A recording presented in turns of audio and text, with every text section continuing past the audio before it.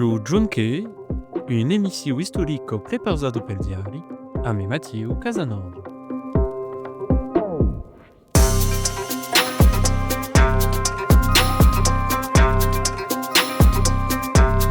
Le 13 d'octobre de 1796, le jour que Guillaume Delfau escalait le pic d'Aussau.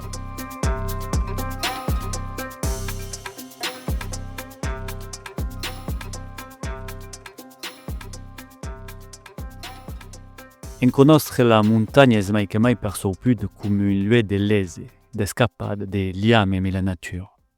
Ma è pas toujours resta come co. Longtemps, la montagna è stata considerata come un espace mau conegut, hostile, per corregere son camin per necessità, per lo pasturage o la casse, per esempio. Au segle XIX, au segle des Illus, se cambia la gage sulla montagna. Est plus son camin un lieu mystique, un décor, mais un espace d'explorer, de démystifier, de comprendre selon le nouvel encastre des leis universales qui régissent le monde. La montagne devient donc un objet d'étude et met les premières expéditions scientifiques comme celle de Ramon de Carbonnières qui participent à l'expédite de la géologie et de la botanique pyrénéenne. Est dans quel contexte qu'un homme, Guillaume Delfau, va marquer l'histoire des Pyrénées. Guillaume Delfau est né en 1766 à Grive, en Périgord-Negre. En 1791, à 25 ans, vient député de Dordogne et met comme collègue Ramon de Carbonnières. En 1796, passe ses vacances à Aiguebune, dans la Val d'Aussau, en Bihar. Visitant le village de Gabas, espive là per le majestueux pic d'Aussau, et il vient l'idée d'en avoir de mai près à quelle montagne considérée comme impossible de passer. Le pic d'Aussau se dresse à 12 884 mètres, n'est pas le mai haut des Pyrénées, mais est un des mai spectaculaires. Aquel ancien volcan, prend isola, se veille de loin et met sa double punche. Dans une place tant particulière que les Viernes s'y donnent une escaille John Peyre, un nom ici d'une légende locale. 12 bessons pastres, Joan et Peyre, après avoir bataillé contre destres maléfiques, se resta pétrifié per le diable, formant puis le grand et le petit pic d'Aussau.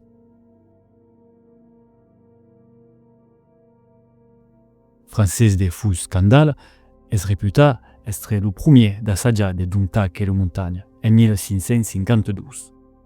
Et mai accompagné et équipé d'escales, de croquets spéciaux, pouvait pas anar mai loin que le limite du pastin, un tel besti se recampe pour l'estiu. En 1591, l'historien Pierre Caillet affirme qu'escalar le pic, mais se raconte est un rein sérieux. Guillaume Delfau est un conscient du préfat qu'il espère. Et pas même le 13 octobre de 1796, avant l'aube, entamène l'ascension de ce qu'il disait à l'époque le pic des mi-jours de Pau. Ségu est pas saoulé, est accompagné par Matteo, un pastre de la Vaudas voisine, mais il y a des mots de trouver un volontaire pour laquelle un jour d'ascension. Un homme de lettres, Delfau décide de conter son aventure dans un livre peu connu, longtemps oublié et édité en 1997.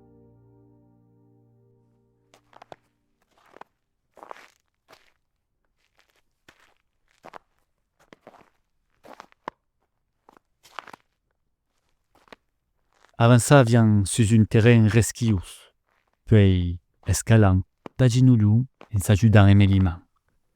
Henri fondu, Aceda, et là. Caminava depuis 2 jours, à peine nu, mon basse mes espardilles et renespetassa. Avia le corps maca, quasi senza vesti dans un ambient glassa.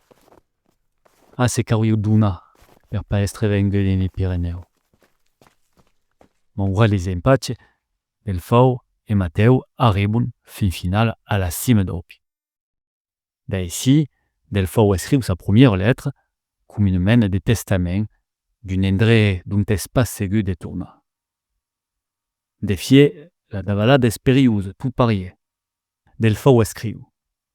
S'agissait de caminar sur une bande rocailleuse, quasi verticale, suspendue sur un précipice or. Mateu, Dusko, tente de passar, et lo passe, heureusement. Eu, a sa gerri, mai d'un cop, lo flanc qui tcha contre le roucas.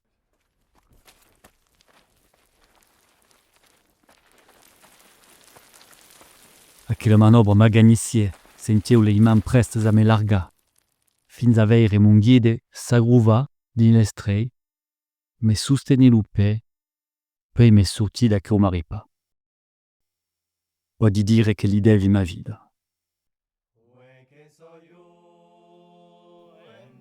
I dusogni, a maluga per aquella giornata storica, acabano de davalà e se quittent un pau avant gabas, che Mateu lo pastre a encara de treball e me si vesti. Delfau torna au villagion a l'uetxor lo se, un te segun se immo, degun l'esperava, tant rien segur che, come tant d'autres, se farie engullir per la montagna.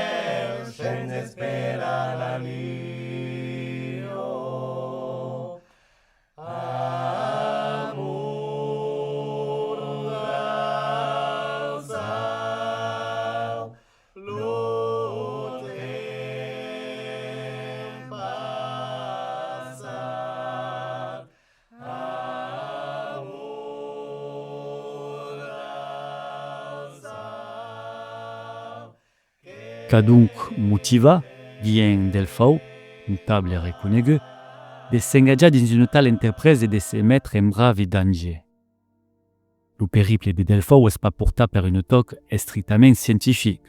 C'est que est meravilla per les troupes d'isards qui traversent les endroits les mailles scalabrous. A noter la nature des différentes rocs rencontrades, cauquier, granit, cistre. Évoque també la végétation alentour, comme les forêts de sapins. Veille tout à coup, mais s'éternise pas. Est-ce donc la vanita qui butait Delfau, une vieille de Saint-Gloria d'être le tout premier d'escalar aquelle montagne fameuse? Pas forcément parce que très la débute d'aquelle aventure, l'ancien député Pierre Gourdin est assabenta per son guide qu'un pastre biarnès avait déjà conquisté l'Aussau. En 1790, le scientifique Louis Juncker, encargat de définir l'altitude des montagnes pyrénéennes, lui avait demandé de bâtir un signal au pic d'Aussau pour assurer des mesures de triangulation. Delfau, comme l'explique ni son livre, ne fait la constatation en arrivant à la cime de la montagne. Il trouve un Montjoy, une construction en pierre d'une belle taille, preuve fort conteste d'une présence humaine antérieure à son ascension. A Cody, fuguesse pas le premier des poteries le son au pied d'Aussau, Delfau est bien conscient de sa prouesse. Espérait une escomesse personnelle qui lui procure d'intenses sentiments, sans doute affortis par la dimension narrative de son prépa. La journée du 13 octobre de 96 fa date. En agost de 1912, influencé par Delfau, le conseiller général des Bas-Pyrénées, Armand Dangos, à son tour passe le pic d'Aussau, seguit quelques jours plus par Henri d'Augerot. Les 12 hommes publicaront, et les tabins, le racontent pour courter d'aquelle aventure. Participent Kumako au développement du pyrénéisme, un mouvement de découverte de la montagne à l'encore sportif, artistique et littéraire qui se réalisera pleinement au siècle XIX. Et Guillaume Delfau d'être considéré comme le premier touriste de la montagne hausalaise.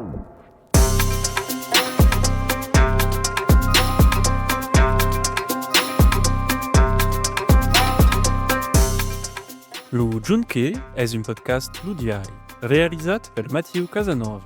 Fait possible grâce al sostegno dei nostri partenari, la Délégation Générale à la Langue Française ou à las Langues de France, la ZARAC Occitanio, la Région Occitanio, l'Office public de la Langue Occitano, la Commune de Toulouse et vous autres que legissez, escutate et soutenez Lu Diari, le magazine de la culture en occitan. Si vous agrada, se ne voulez mai, vous pouvez abonner ludiari.com. Merci.